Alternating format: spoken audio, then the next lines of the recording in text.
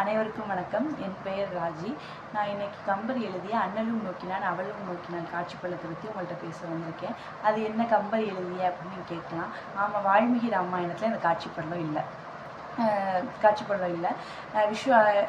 கம்பர் தான் வந்து தமிழ் முறைப்படி ராமரும் சீதையும் முத பார்த்துருந்தாங்கன்னா எப்படி பார்த்துருப்பாங்க அப்படின்னு தன்னோட கற்பனை சக்தியை கொடுத்து இந்த காட்சி பள்ளத்தை இதில் கம்பராமாயணத்தில் வச்சுருக்காரு. அது எப்படின்னு பார்க்கலாம் வாங்க. நம்ம விஸ்வாமித்திரர் வந்து ராமரையும் லக்ஷ்மணரையும் மிதிலை நாட்டில் இருக்க சிவதனுஷை வணங்கிட்டு வரலாம் வாங்கன்னு சொல்லி கூட்டிகிட்டு போகிறாரு. அப்போ போகிறப்ப மிதிலை நாட்டில் என்ன நடக்குது அந்த நேரத்தில் அப்படின்னா வந்து சீதைக்கு சுயம்பர ஏற்பாடு நடந்துகிட்ருக்கு.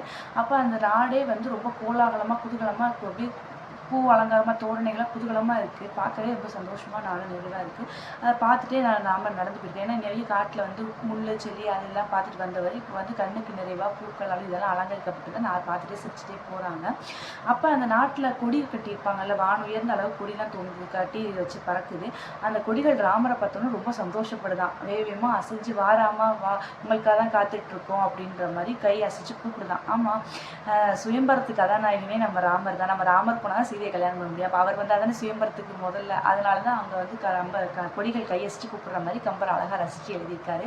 அப்புறம் மிதிலை நாட்டில் வந்து அந்த தெருவிலலாம் அவர் நடந்து போயிட்டுருக்கப்ப நம்ம வீட்டில் ஒரு கல்யாணம்னா நம்ம எவ்வளோ சந்தோஷப்படுவோம். ஆனால் இங்கே நாட்டோட இளவரசிக்கே வந்து இங்கே கல்யாணன்றப்ப அந்த நாடு எவ்வளோ குதூகலமாக இருக்கும். ஆடலும் பாடலுமா சந்தோஷமாக மக்கள் அவ்வளோ சந்தோஷமாக இருக்காங்க. அதெல்லாம் பார்த்துட்டு ராமர் வீதியில் நடந்து போயிட்டுருக்கப்ப கன்னி மாடம் இருக்கிற தெரு வழியாக நடந்து போகிறாரு ராமர். இங்கே கன்னி மாடத்தில் என்ன நடக்குதுன்னா நம்ம சீதை வந்து அவங்க தோழிகளோட பந்து விளையாண்டுட்டு இருக்கிறாங்க.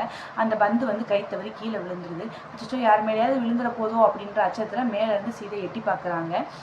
விழுந்துருச்சு, பந்து ஒருத்தர் மேலே விழுந்துருச்சு. வேறு யாரும் நம்ம கதாநாயகர் ராமர் மேலே தான். அந்த பந்து விழுந்தோன்னா பந்து எங்கேருந்து விழுந்துச்சு அப்படின்னு சொல்லி ராமர் கீழேருந்து மேல் நோக்கி பார்க்குறாரு. இந்த இடத்துல கம்பர் தமிழ் முறையை கொண்டு வந்திருக்காரு. எப்படி அப்படின்னு கேட்டிங்கன்னா, ஆமாம், நான் முந்தைய காலத்தில் வந்து ஆண்கள் தலை நிமிர்ந்து தான் நடப்போவாங்க, பெண்கள் வந்து தலை குனிந்தான் நடப்பாங்க அப்படின்னு நம்ம தமிழ் மரபில் இருக்குது. அப்போ அதை வந்து இங்கே கம்பர் வந்து ராமர் வந்து கீழேருந்து மேல் நோக்கி பார்த்த மாதிரி தலை நிமிர்ந்து பார்த்த மாதிரியும், சீதை வந்து மேலேருந்து கீழ் நோக்கி தலை குனிந்து பார்த்த மாதிரியும் இங்கே கம்பர் சொல்லியிருக்கிறாரு.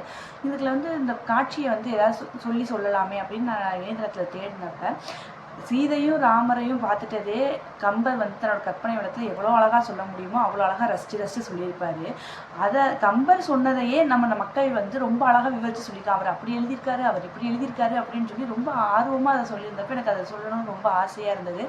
அவ்வளோ தூரத்துக்கு எனக்கு ரசித்து சொல்ல தெரியுமான்னு தெரியல. நான் ஏதாவது தப்பாக சொல்லியிருந்தேன், என்னை மன்னிச்சுக்கோங்க. என்ன அரு நலத்தினாள் இணையாள் நின்றொழி, அதாவது எண்ணத்தை நினச்சி பார்த்தாலே அழகு அப்படின்ற அளவுக்கு இருக்கிற அழகா தெரிகிற சீதை வந்து மேலே நின்றுட்டு இருக்காங்க, கன்னிமாடத்தில் நின்றுட்டு இருக்கிறாங்க. கண்ணோடு கண்கள் இணை கவ்வி, அதோட 2 பேர் கண்ணும், ராமரோட கண்ணும் சீதையோட கண்ணும் ஒன்னோட ஒன்று பார்த்துட்டு கவ்விக்கிச்சான். அது எப்படி கவ்வின்னு 2 பேரும் ரொம்ப அவ்வளோ பலமாக அந்த 2 கண்ணும் பிடிச்சிக்கிச்சான்.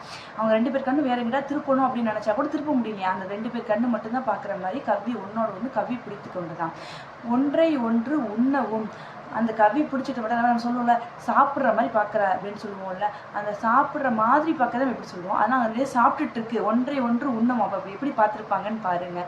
அப்புறம் நிலை பெறாத உணர்ச்சிகள் ஒன்றிடவும், உணர்ச்சிகள் வந்து ஒன்றி போயிடுச்சான். எந்த இதுவுமே இல்லாமல் 2 பேர் மனசும் ஒன்னோட ஒரு நேர்கோட்டில் எந்த இதுவும் இல்லாமல் உணர்ச்சிகள் ஒன்றி 2 பேரும் ஒன்றா ஒன்றி கண்ணோட கண்ணு 2 பேரும் உணர்வு விட்டுட்டு அந்த நேரத்தில் அண்ணலும் நோக்கினான் அவளும் நோக்கினான். இங்கே ராமரும் பார்த்தாரு, அங்கே சீதையும் பார்த்தாங்க. இந்த மாதிரி அவங்க பார்த்தாங்கன்னு சொல்லி ரொம்ப அழகாக வர்ணித்து இந்த பாட்டை அவர் கம்பர் எழுதியிருக்காரு. இது எல்லாமே நடந்தது அந்த ஒரு செகண்டில் ஒரு வினாடி அல்லது அரை வினாடி தான். அப்போ அதுக்குள்ளே வந்து இங்கே விஸ்வாமித்திரர் நடந்து போயிட்டார், ராமரும் போயிட்டார். அங்கே சீதை வந்து அவன் தோழி கூப்பிட்டான்னு சொல்லி அவங்களும் போயிட்டாங்க. அந்த அரை வினாடி பொழுதுல நடந்த அந்த நிகழ்ச்சினால தான் கோதண்டராமர் வந்து சீதாராமனா மாறினாரு அப்படின்றத சொல்லணுன்றதுக்காகவே கம்பர் இந்த காட்சி படலத்தை உள்ள நுழைச்சிருக்காருன்னு நான் நினைக்கிறேன். இப்படி ரொம்ப கற்பனை மிகுந்த நம்ம கம்பரோட நம்பரோட பாடல் சொல்றதுக்கு ரொம்ப நன்றி. சொல்ல வச்ச பாடலுக்கு அனைவருக்கும் நன்றி. கவி சக்கரவர்த்தி கம்பருக்கு நன்றி. இந்த கேட்டுக்கொண்டிருக்கும் ஹனுமனுக்கு நன்றி. இதை சொல்ல வைத்த ராமர் ஸ்ரீராமர் சீதா லட்சுமணன் அனைவருக்கும் நன்றி. வணக்கம். தேங்க்யூ.